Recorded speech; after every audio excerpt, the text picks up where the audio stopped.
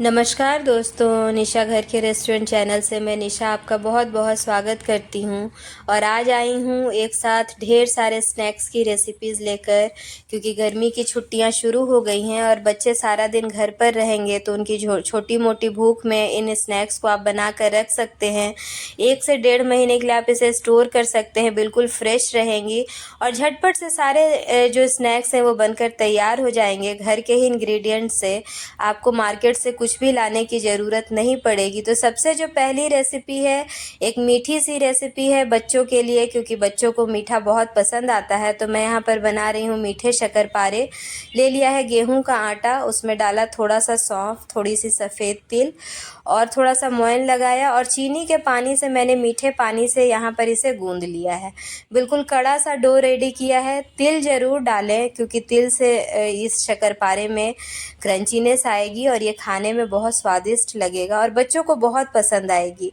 और ये जो शक्करपारे हैं ना, बहुत ही जल्दी बनकर तैयार हो जाते हैं, क्योंकि बच्चों को मीठा पसंद आता है और हमें भी लगता है कि घर का कुछ हेल्दी बना कर दें। तो ये शक्करपारे गेहूं के आटे से मैंने बनाया है। आप चाहें तो इसमें मैदा भी ऐड कर सकते हैं, बट गेहूं के आटे से भी ये इतनी क्रिस्पी और खस्ता बनकर तैयार होंगे कि आपको बिलीव ही नहीं होगा कि इसमें मैदा नहीं है।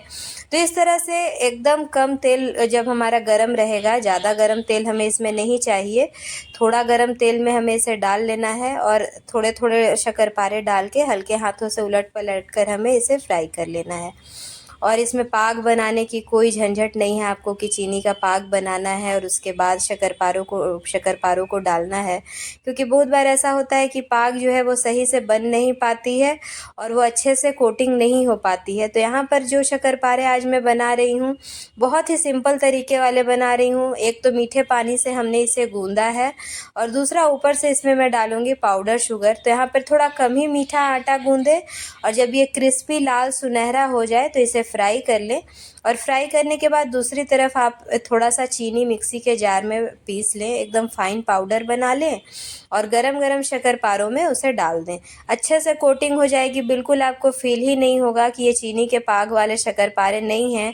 और इस तरह से आप बनाइए, बच्चों की फेवरेट हो जाएगी, क्योंकि मीठा बच्चों को बहुत पसंद आता है और झटपट से बनकर तैयार भी हो जाती है बिना किसी झंझट के। तो आप देख रहे हैं कि बहुत ही सिंपल तरीके से ये शक्करपारे बनकर रेडी हैं। और जो दूसरी रेसिपी मैं बना रही हूँ, यहाँ पर मैं बना रही हूँ निमकी। तो यहाँ पर ले लिया है गेहूं का आटा और साथ ही मैं इसमें मिलाऊंगी मैदा। मैं दोनों को मिक्स करके बना रही हूँ, आप चाहे तो किसी एक चीज़ से भी बना सकते हैं।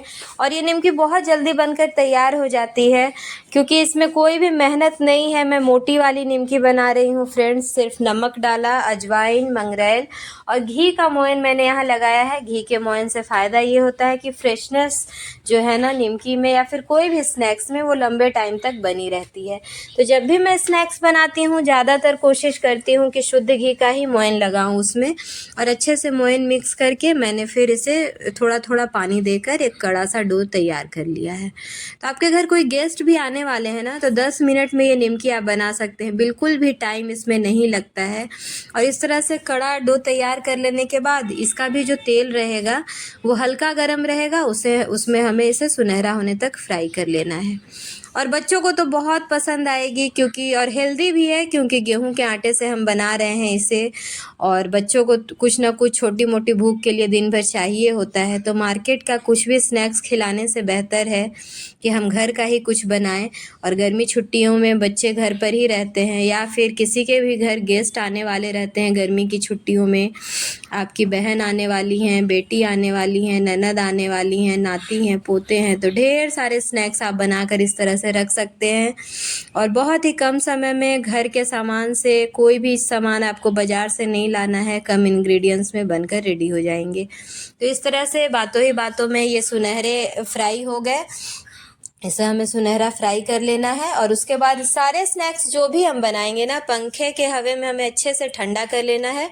टिश्यू पेपर पे पहले आप निकाल लें ताकि जो एक्स्ट्रा ऑयल है वो टिश्यू पेपर में लग जाए। अगर टिश्यू पेपर नहीं है तो नॉर्मली न्यूज़पेपर पर भी आप रख सकते हैं थोड़ी देर के लिए, और पंखे के हवा में ठंडा कर दें और उसके बाद आप इसे एयर टाइट डब्बे में रख सकते हैं।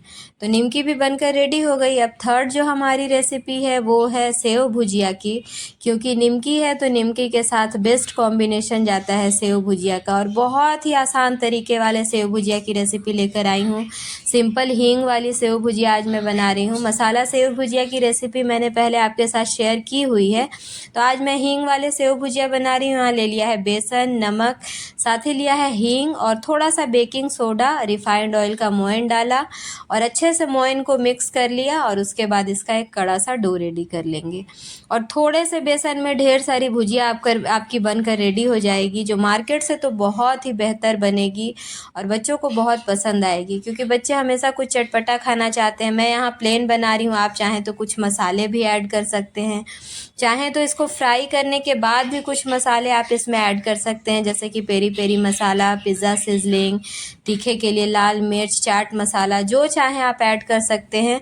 बहुत ही टेस्टी लगती है। तो यहाँ पर ले लिया है मैंने सेव वाली मशीन, उसमें डाला है महीन वाली जाली को, और उसके बाद इसके अंदर हम डाल देंगे अपने सारे बेसन के जो गूंदा है हमने बेसन को, उसे डाल देंगे। और सिंपली कुछ नहीं करना है, इतने कम समय में ये सेव भुजिया बनकर तैयार हो जाएगी। देखिए इस तरह से हमें बस घुमाते जाना है मशीन को गरम तेल में, और एक बैच जो है आपका वो 1 से 1.5 मिनट के अंदर बनकर तैयार हो जाएगा। तो झटपट से ये सेव भुजिया बनकर आपकी रेडी हो जाएगी। इसे भी आप निकाल लें न्यूज़पेपर पर या फिर टिश्यू पेपर पर, अच्छे से ठंडा कर लें। अगर आप इसे और टेस्टी बनाना चाहते हैं तो थोड़ा सा बादाम काजू फ्राई करके आप डाल दें, इसका स्वाद और भी बढ़ जाएगा। तो इस तरह से झटपट से ये सेव भुजिया भी रेडी हो गई हमारी। अब लास्ट रेसिपी मैं शेयर कर रही हूँ चूड़ा बादाम फ्राई, जो कि 90% घरों में अक्सर बनती है। इवनिंग स्नैक्स हो या फिर कोई गेस्ट आ रहे हों या फिर घर पे बच्चे हैं, तो सभी के घरों में ये सबसे पुराना स्नैक्स है जो हम लोग देखते आ रहे हैं। अपने घर में भी देखते थे कि मम्मी हमेशा बनाकर डब्बे में ठंडा करके रख देती थी, और काफ़ी लंबे टाइम तक ये फ्रेश रहता था। और जब भी हमें छोटी मोटी भूख लगती थी तो हम लोग इसे खा लेते थे। तो इस तरह से बादाम बिल्कुल कम तेल में भून भी जाता है। 1 चम्मच तेल मैंने लिया था और उसी में डाल दिया चूड़ा को, क्योंकि ये जो स्नैक्स है ना, अगर आपके घर में ओल्ड एज हैं, उनको ज़्यादा ऑयल नहीं खाना है, तो आप इस तरह से बना कर रख सकते हैं। बहुत ही कम तेल में ये हेल्दी स्नैक्स बनकर रेडी हो जाता है। इसीलिए मैंने फ्राई वाले चूड़ा की रेसिपी नहीं शेयर की है, क्योंकि उसमें ऑयल बहुत ज़्यादा लगता है, और घर में जब अगर कोई बुजुर्ग हैं तो वो फ्राई वाले चूड़ा की रेसिपी नहीं ही खा पाएंगे। तो इस तरह से बिल्कुल कम तेल में इसे उलट पलट कर अच्छे से भून लेना है हमें। और जब आप थोड़ा थोड़ा चूड़ा फ्राई करेंगे ना, तो ये बहुत ही जल्दी भून जाता है और बहुत क्रिस्पी हो जाता है। आप ध्यान देंगे कि चूड़े का जो साइज़ है ना, वो फूल कर बड़ा हो जाता है और बहुत क्रिस्पी हो जाता है। टेस्ट के अकॉर्डिंग नमक आप इसी में अभी ही भूनते वक्त ही डाल दें।